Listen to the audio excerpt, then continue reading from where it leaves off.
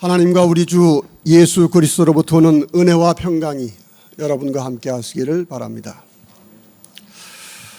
루터 종교개혁에 있어서 오직 성경이라고 하는 원리는 상당히 중요한 의미를 갖습니다. 면죄부 판매에 반대하면서 교황과 대결을 할 때에 루터는 일개 수도사였습니다. 조그만 신생대학교의 교수였을 뿐입니다. 그리고 그 이후에도 루터는 평생 평교수라고 하는 그 직책 위에 외 다른 어떤 공식 직위를 가져본 적이 없습니다. 그는 외적으로 어떤 권위를 가지고 있지 않았고 필요로 하지도 않았습니다. 오직 성경이라고 하는 권위만을 내세워서 당시 세계를 호령하던 교황과 독일 제국의 황제에 맞서 끝까지 저항할 수 있었습니다. 또한 루터는 종교개혁을 정치력이나 군사력이나 혹은 돈을 가지고 구상하는 어떤 프로그램으로 추진하지 않았습니다. 그에겐 말씀이 전부였습니다. 그리고 그의 종교개혁 사업에 있어서 가장 핵심적인 것은 바로 성경을 번역한 일이었습니다. 루터는 성경을 누구나 읽을 수 있어야 하고 읽어야 한다고 생각을 했습니다. 성경을 읽기 위해서 누구나 공부해야 한다고 생각을 했고 학교 세우는 일에 앞장섰습니다. 위텐베르크 대학을 비롯해서 교육 개선을 위한 작업에 혼신의 힘을 다했습니다. 루터는 이렇게 말했습니다. 나는 하나님의 말씀을 단순히 가르치고 선포하고 기록했을 뿐이다. 그 이외에는 아무것도 하지 않았다. 그리고 내가 잠을 자는 동안에 또한 나의 친구 필립과 암스도르프와 비텐베르크 맥주를 마시는 동안에 말씀은 어떤 제후나 황제보다도 더 강력한 힘으로 교황권에 타격을 주었다. 나는 아무것도 하지 않았고 말씀이 모든 것을 하였다. 참으로 나는 아무것도 하지 않았다. 즐겨 인용되는 유명한 말입니다. 그런데 이 말 또 좋아하는 분들이 있습니다. 맥주 좋아하시는 분들입니다. 오늘날 우리 교회에서도 오직 성경의 원리, 여전히 중요한 원리입니다. 우리의 중요한 신앙 고백입니다. 그러나 한번 솔직히 우리의 현실을 되돌아보십시다. 과연 우리의 현실 가운데서 하나님의 말씀이 역동적으로 살아 움직이느냐라고 하는 것을 보자라고 하는 것입니다. 한국 루터교는 올해 선교 60주년을 맞게 되었습니다. 어느 교파보다도 오직 성경을 강조해온 루터교회입니다. 그러나 우리의 현실은 어떻습니까? 제가 비관주의적인 사람이어서 그런지 모르지만 입으로는 오직 성경이라고 하는 그러한 원리를 자장하지만 현실적으로는 우리 가운데 살아있는 말씀의 역사를 보기는 어렵다고 하는 것이 솔직한 저의 심정입니다. 종교개혁이라고 하는 이 위대한 역사를 이루어낸 오직 성경, 오직 말씀이라고 하는 이 의미, 오늘 우리의 현실에서 되새겨볼 필요가 있습니다. 성경을 우리는 하나님의 말씀이라 이렇게 고백합니다.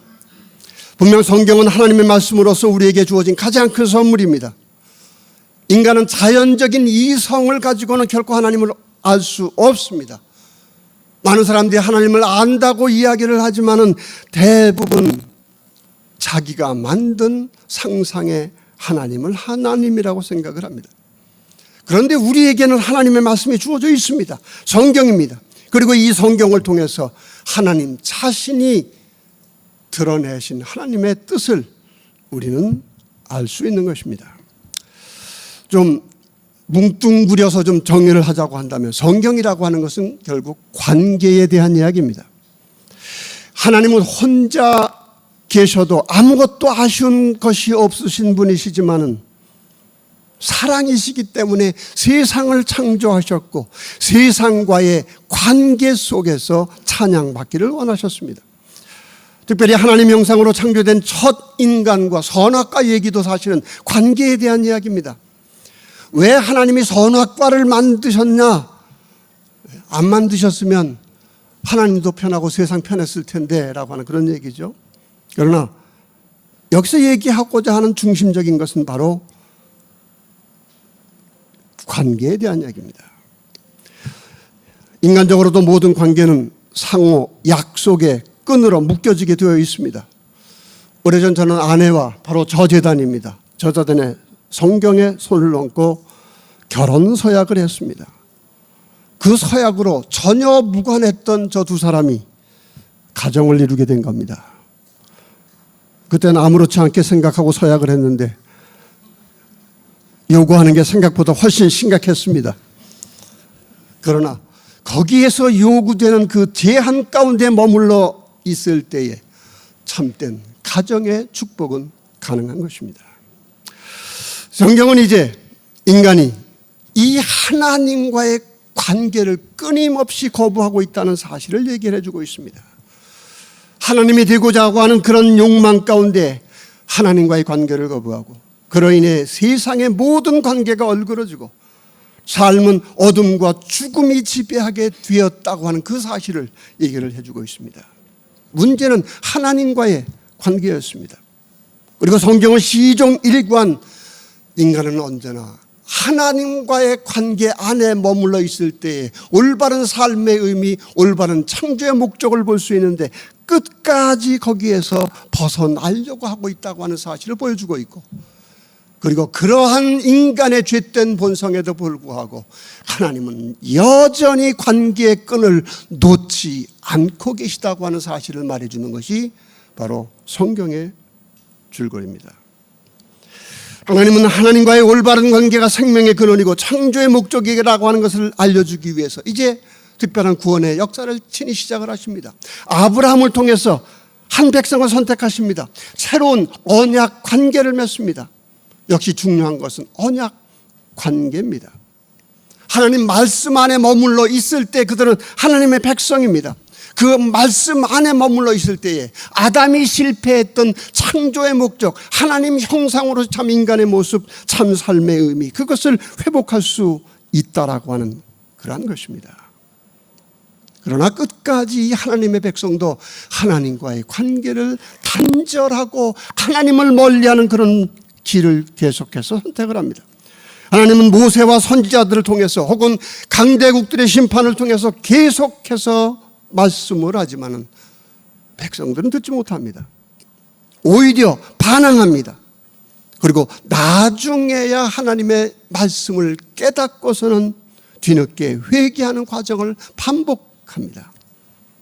그러면 다시 하나님은 사랑으로 받아주십니다. 새로운 관계를 시작하십니다. 그러면 또다시 인간은 반역합니다. 또다시 하나님과 멀어지는 그러한 길을 선택을 합니다. 그러면 다시 하나님은 역시 포기하지 않으시고 또 다른 관계를 회복하는 일을 시작하신다고 하는 이 이야기가 계속되는 것이 바로 성경 이야기입니다. 이런 하나님 말씀의 근본적인 성격인 예수 그리스도 안에서 결정적으로 나타납니다. 예수님은 창조의 말씀이 인간의 몸을 입고 이 땅에 오신 분입니다. 선지자의 말씀이나 율법과 같은 그러한 말씀의 형태가 아니라 인격을 입고 이 땅에 오신 말씀 그 자신이었습니다. 그런데 이스라엘은 예수님을 십자가에 못 박아 버리고 맙니다. 여러분, 인간은 자기 생각으로는 늘 하나님 말씀 안에 있다고 생각을 해요. 그러나 정작 하나님을 대면하게 될 때는 언제나 말씀에 저항하게 되어 있는 것이 바로 인간의 본성이요, 이 인간의 완악함이 예수님의 십자가에서 결정적으로 드러난 것입니다. 그런데 하나님은 이번에도 포기하지 않으십니다. 오히려 인간의 그 죄된 그 악의 본성을 드러낸 그 십자가를 통해서 새로운 언약의 백성을 선택하십니다. 그리고 그 관계의 조건은 이제 믿음입니다. 그리스도 안에서 하나님께서 우리를 용서하신다고 하는 그 약속을 믿는 그 믿음 가운데서 하나님은 우리에게 새로운 관계를 약속을 해 주십니다. 그리고 회복된 그 관계 속에서 우리에게 새로운 생명, 새로운 삶을 약속해 주시는 것입니다.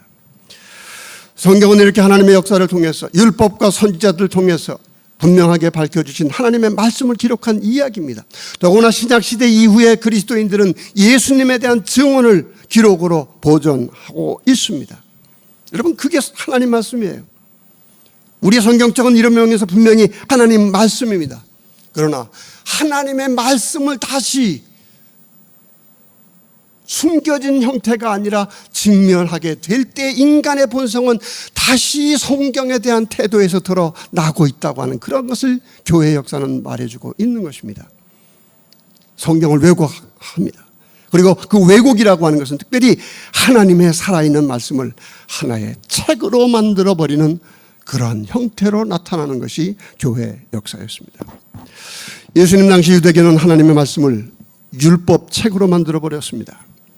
역사 속에서 그들과 함께 한 하나님의 이야기, 하나님께 함께한 그들의 이야기, 바로 그들 이야기 속에서 하나님을 만나는 그 삶을 읽어야 되는데 그들은 그 하나님의 말씀을 율법책으로 만들어 버리고 그리고 그 책을 통해서 하나님을 자기들을 위한 하나님으로 만들어 버린 것입니다. 여러분, 지식이라고 하는 것은 강력한 지배 도구입니다. 학자들, 제사장들, 바리새인들, 이들은 지식을 가지고 있었어요. 그리고 그 지식으로 하나님의 말씀을 독점했습니다. 그리고 그러한 방식으로 하나님 말씀을 알지 못하는 사람들, 지식이 없는 사람들을 지배하는 도구로 삼았습니다. 그리고선 글로서가 아니라, 책으로서가 아니라 인격으로 오신 참 말씀이 그들을 대면하자 그들은 십자가에 예수님을 못 박아 버린 것입니다. 초대 기독교 공동체는 책의 공동체가 아니었습니다. 그들은 하나님의 참 말씀이신 예수님이 지상에서 사신 삶의 이야기를 그들 자신의 삶의 이야기로 만든 사람들이었어요. 예수님의 십자가는 그들이 날마다 체험하는 십자가였고 예수님의 부활은 성령 안에서 늘 새롭게 체험되는 거듭남이었습니다. 오늘 우리가 27권 신약 정경이라고 하는 것은 4세기 후반에 가서야 정경에 정리 작업하는 그러한 작업을 하게 됩니다. 그런데 중세에 들어서서 다시 하나님 말씀은 책이 되어버립니다. 교회, 법전이 되었습니다. 그 하나님 말씀 역시 지식인들, 학자들, 성직자들, 신학자들, 수도사들이 독점했습니다. 평신도들은 성경을 읽어서는 안 되었습니다. 금지되었습니다. 그리고 교회가 성경에 관한 지식을 독점하고 그것을 통해 평신도들을 지배하는 도구로 삼았습니다. 하나님 말씀이 이제는 책으로 되어서 지식으로 그것을 이용할 수 있는 사람들이 자기들을 위해서 말씀을 이용하는 그런 도구로 삼았다는 것입니다. 그래서 면죄부 장사가 가능했던 겁니다.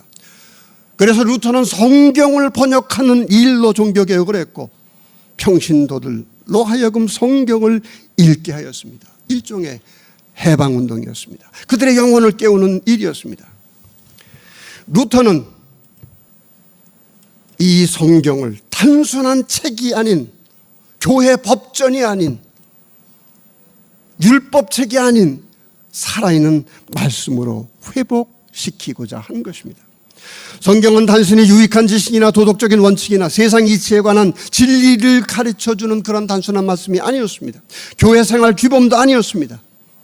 우리를 이 땅에 오셔서 참 인간으로서의 삶의 모습을 보이시고 십자가에 못 박히심으로 하나님이심을 보이신 그러한 그리스도의 이야기가 바로 하나님의 말씀이었습니다. 단순한 과거 예수님 이야기가 아닙니다. 성령을 통해 지금도 우리와 함께 하시는 그리스도는 루터는 성경을 통해 만난 것이라 생각을 한 것입니다. 때문에 루터에게는 기록된 성경 말씀보다 현재적으로 선포되는 말씀이 중요했고 그 선포되는 말씀보다 성경 말씀과 선포를 통해서 지금 우리를 만나주시는 살아계신 성육신 하시는 말씀 그리스도 말씀 그 자신을 회복하고자 했던 것입니다. 때문에 루터의 오직 성경의 원리라고 하는 것은 오직 그리스도의 원리를 말하는 것입니다. 그리스도를 빼놓고 오직 성경을 이야기하는 건 큰 잘못입니다. 그리고 우리는 당연한 것 같지만요, 기독교인이 성경에서 그리스도 읽는 거지 이렇게 당연한 거 생각하지만은 루터가 강조했던 그리스도가 성경의 중심이라고 하는 것을 강조하며 성경의 말씀을 살아있는 말씀으로 회복시키고 했던 루터의 오직 성경이라고 하는 가르침은 실천적으로 우리에게 여러 가지 중요한 메시지를 전해주고 있는 것입니다. 우선 루터는요, 인간은 언제나 예외 없이 자기 중심적으로 하나님 말씀을 해석한다고 하는 걸 경고하고 있는 겁니다. 사람들은 하나님의 말씀이라고 하면서 결국 자기 생각을 말합니다. 자기 이익을 위해, 자기 입장을 옹호하기 위해서 그들은 하나님의 말씀이라고 하는 거룩한 말씀을 얘기를 합니다. 루터는 반복해서 말합니다. 인간은 하나님 안에서조차 언제나 자기 중심이 되어 있다. 사실 이론적으로는 우리가 다 아는 얘기예요. 그러나 실제로 이것을 피할 수 있는 사람 많지 않습니다. 언제나 자기 생각에서 출발합니다. 자기가 이상적인 것으로 생각하는 것으로 출발합니다. 자기가 인상 깊다고 생각하는 것에서 출발합니다. 그걸 기초로 해서 우리는 하나님에 대해 얘기하는 겁니다. 그래서 루터는 구체적으로 제안을 합니다. 우리 가운데 출발하지 말자. 하나님이 시작한 것에서 출발하지 말자. 하나님은 마국간에서 출발하셨다. 마국간에 태어나신 인간에게서 출발하셨다. 그곳에서 출발하자. 여기에서 루터가 늘 깨닫고 우리에게 늘 가르쳐주는 것, 그것은 바로 하나님의 말씀은 언제나 숨겨져 있다고 하는 겁니다. 우리의 생각과 우리의 이성을 가지고는 알 수 없다는 겁니다. 그리고 한 걸음 더 나아가 루터는 강조합니다. 하나님의 말씀, 숨겨져 있는 것이 아니라 언제나 우리가 생각하는 것과는 다른 모습으로 우리에게 다가온다. 루터는 한 걸음 더 나아갑니다. 아니다. 하나님은 우리가 생각하고 기대하는 것과는 언제나 정반대의 모습 가운데서 우리를 만나시는 것이다. 루터가 오직 성경이라고 하는 원칙을 얘기할 때는 바로 이러한 사실을 얘기를 해주고 있습니다. 이 말을 우리에게 적용을 해보죠. 우리가 하나님 말씀 앞에 섰다고 할 때에 우리가 옳다고 생각하는 것은 하나님이 대체로 틀리다고 말한다는 겁니다.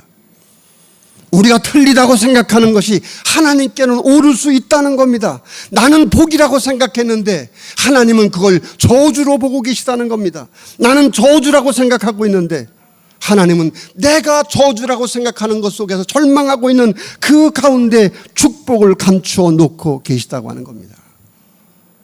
내가 틀릴 수 있다는 것, 이 정도가 아니라 언제나 나는 틀리고 있다고 하는, 나는 틀렸다라고 하는 그것을 말씀은 나를 깨워주고 있다라고 얘기합니다. 그래서 루터는 성경 묵상, 메디타치오라고 그럽니다. 그 앞에 언제나 오라치오, 기도를 앞에 언제나 집어넣었어요. 무슨 뜻이냐면요, 이 오라치오라고 하는 것은 말씀을 보기 전에, 성경을 보기 전에, 묵상하기 전에 기도를 먼저 해야 된다는 겁니다. 그리고 다른 기도가 아니었어요. 성령님 내게 임하여 주셔서 내 마음을 비워주셔서 내 생각 가지고 하나님 말씀 보지 않게 도와주시옵소서. 성령으로 내 마음을 완전히 비워주셔서 하나님이 온전히 내게 말씀해 주시고자 하는 것을 지금 말씀해 주시옵소서. 이 오라치오가 모든 것 앞에 있어야 한다고 하는 것입니다.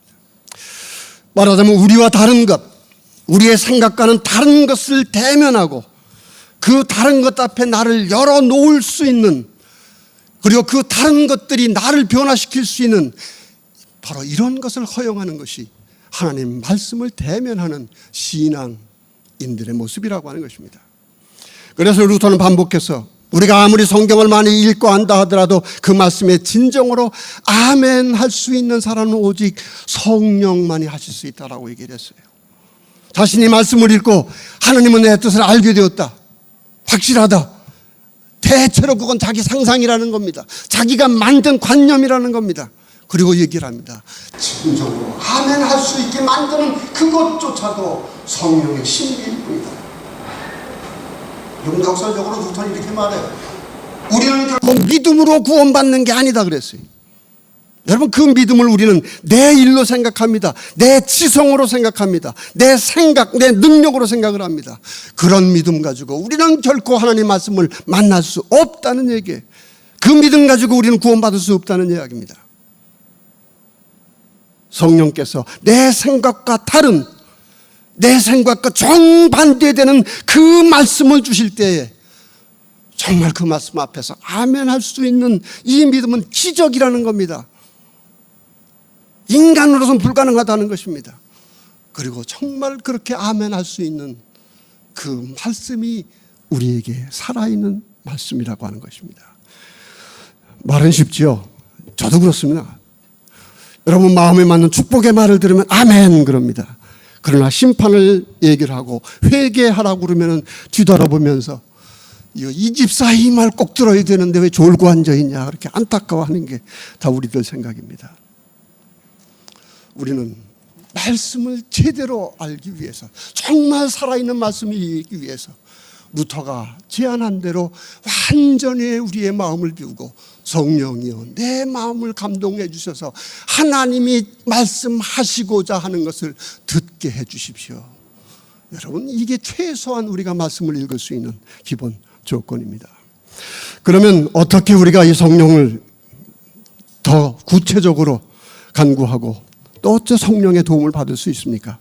루터는 신비로 얘기를 했어요. 뭐 인간의 힘으로 그러나 우리에게 최소한 우리가 할 수 있는, 하나님 만날 수 있는 성령이 역사하는 그런 방법에 대해서 구체적으로 말씀을 해 주십니다. 다른 거 아니에요. 우리 공동체에서 선포되는 설교, 우리 공동체에서 함께 나누는 성려전 가운데서 친히 자기 자신을 주시는 예수 그리스도를 만날 때 우리는 하나님의 말씀을 만날 수 있다라고 우리에게 가르쳐주고 있는 것입니다. 이게 우리가 성령의 감동 생각하면요, 직접적인 계시 많이 생각을 합니다. 환성을 통해서 주어지는 어떤 응답을 많이 생각을 합니다.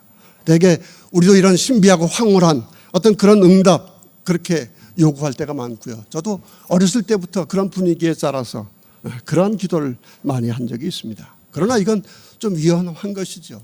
자기의 주관적인 그러한 응답인지 객관적인 것인지 어떻게 알 수 있느냐라고 하는 그런 부분입니다. 그래서 성경에도 하나님 말씀을 사사로이 해석하셔서는 안 된다.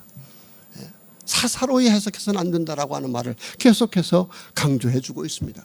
다 자기가 받은 응답이 하나님 말씀이다라고 해서 그저 모든 사람이 얘기를 해버린다고 하면 교회는 혼란과 무질서에 빠질 수밖에 없는 겁니다. 이런 위험성 때문에 강조하는 게 소위 성직제도하고 소위 교리라고 하는 겁니다. 내가 읽는 하나님의 말씀은 내 주관적인 것이 되어서는 안 된다.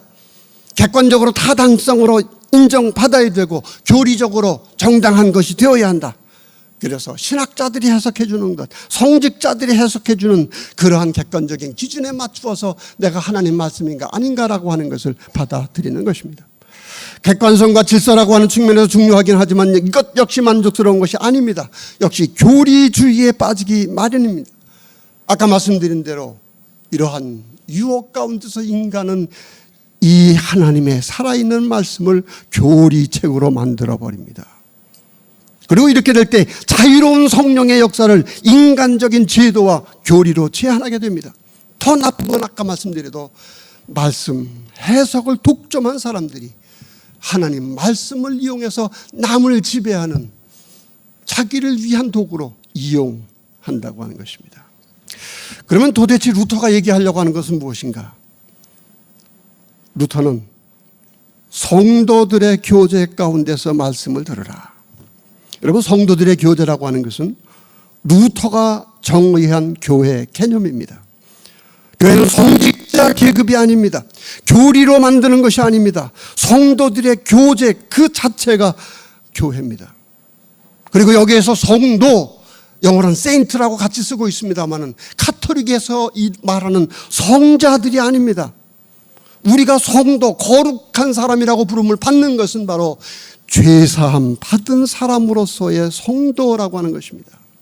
여러분 교회는 다른 거 아니에요. 죄사함 받은 사람들의 모임, 죄인이지만 죄사함 받았기 때문에 감히 거룩한 사람이라고 얘기할 수 있는 그 무리들이 바로 교회라고 하는 것입니다. 그리고 이 교제 가운데서 실질적으로 체험되고 또다시 선포되고 또다시 확인되는 그 죄사함의 말씀, 이 말씀을 우리는 우리들의 교제 가운데서 만나야 한다고 하는 것입니다. 시시하게 들릴지 모르지만 진리는 가까운 데 있는 겁니다. 하나님의 음성, 하나님의 말씀, 그것은 성경 말씀의 기초에서 지금 공동체를 통해서 선포되고 성례전을 통해서 지금 함께 나누는 그 말씀. 다시 말하면 이러한 인간적인 그런 예식일지 모르지만은, 인간적으로 들리는 그러한 언어일지 모르지만은, 만지는, 입으로 마시는 그러한 것일지 모르지만, 그 가운데서 우리를 만나시기 원하시는, 그 속에서 우리를 만나기 위해서 피를 흘리시고 살이 찢기신 그분을 만나는 이 공동체 가운데서 우리는 현실적으로 음성을 듣는다는 겁니다. 지금도 주님은 말씀합니다. 내가 진심으로 회개하면, 그리스도의 십자가와 부활을 믿는다면, 하나님의 사랑을 믿는다면 하나님은 네 죄를 사해 주신다. 오늘도 예배를 시작하면서 우리는 이렇게 고백했습니다. 말과 생각과 행동으로 죄를 지었습니다. 하나님을 진심으로 사랑하지도, 내 이웃을 내 몸과 같이 사랑하지도 않았습니다. 그리고 우리는 키리에 주여 나를 불쌍히 여기소서 기도했습니다. 그리고 하나님의 응답을 듣습니다. 네 죄 사함을 받았노라. 그리고 성만찬을 통해서 우리 죄를 사하기 위해 찢기신 몸과 피를 개인적으로 받습니다. 거기에는 죄 사함의 말씀이 들어있어요.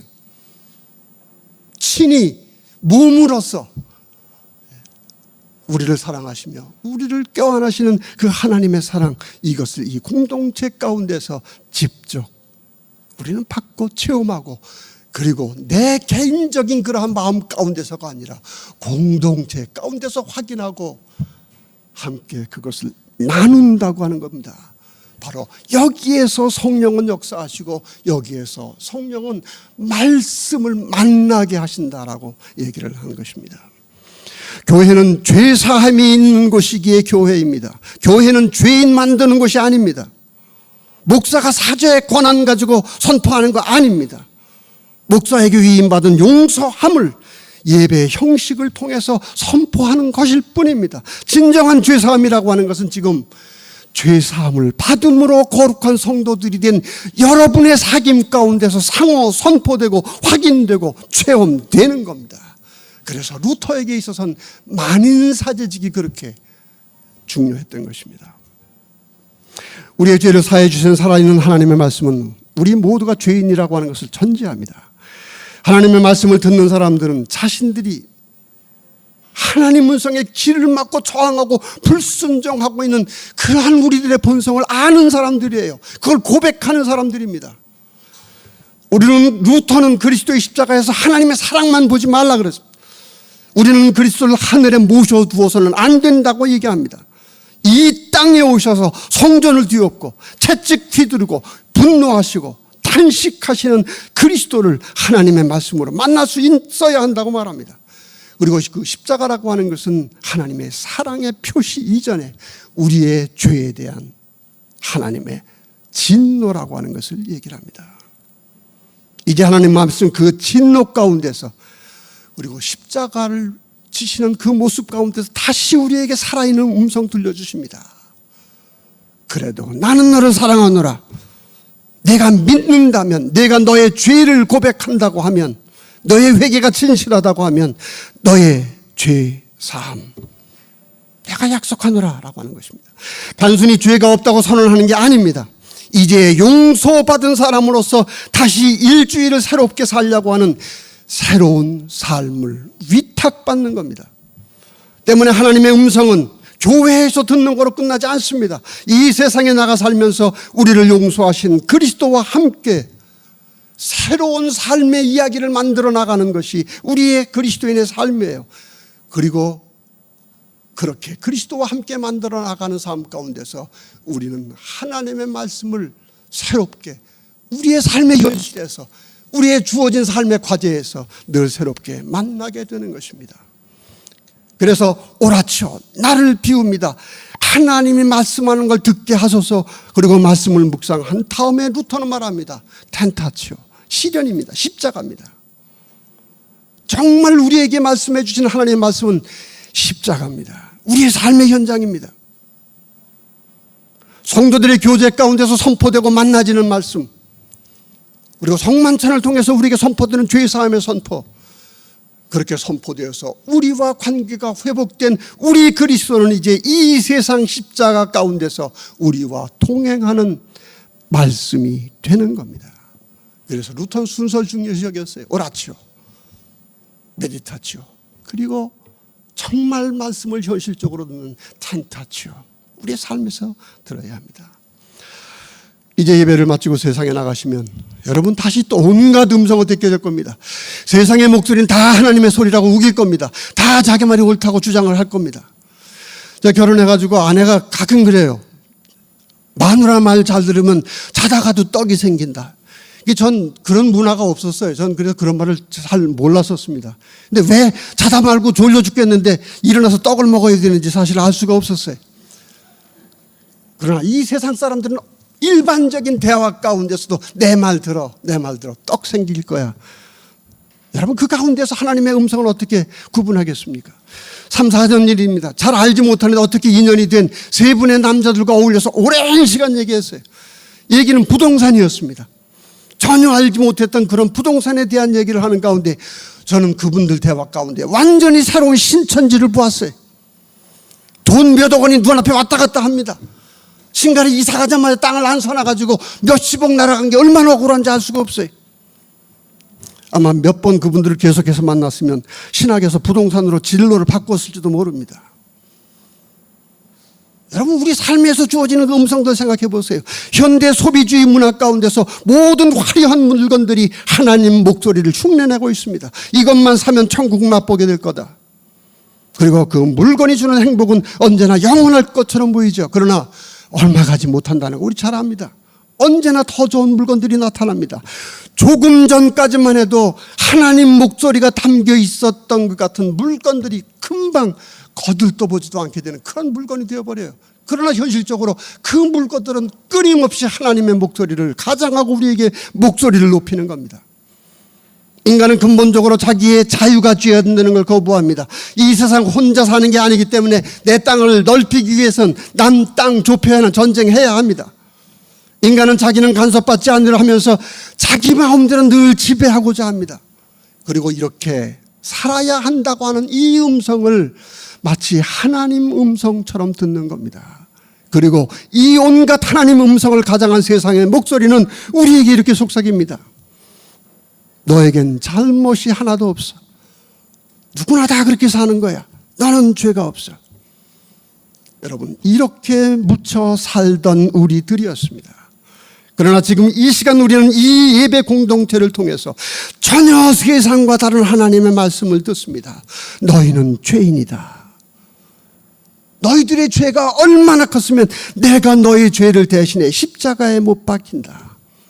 그러나 나는 아직도 너희를 사랑한다. 너희들이 너희 죄를 알고 내 앞으로 나오면 내가 너희들을 결코 버리지 아니할 것이다. 말씀으로 확인한다. 성례전을 통해서 개개인 너에게 너의 죄의 용서함 받아노라 내가 선포한다.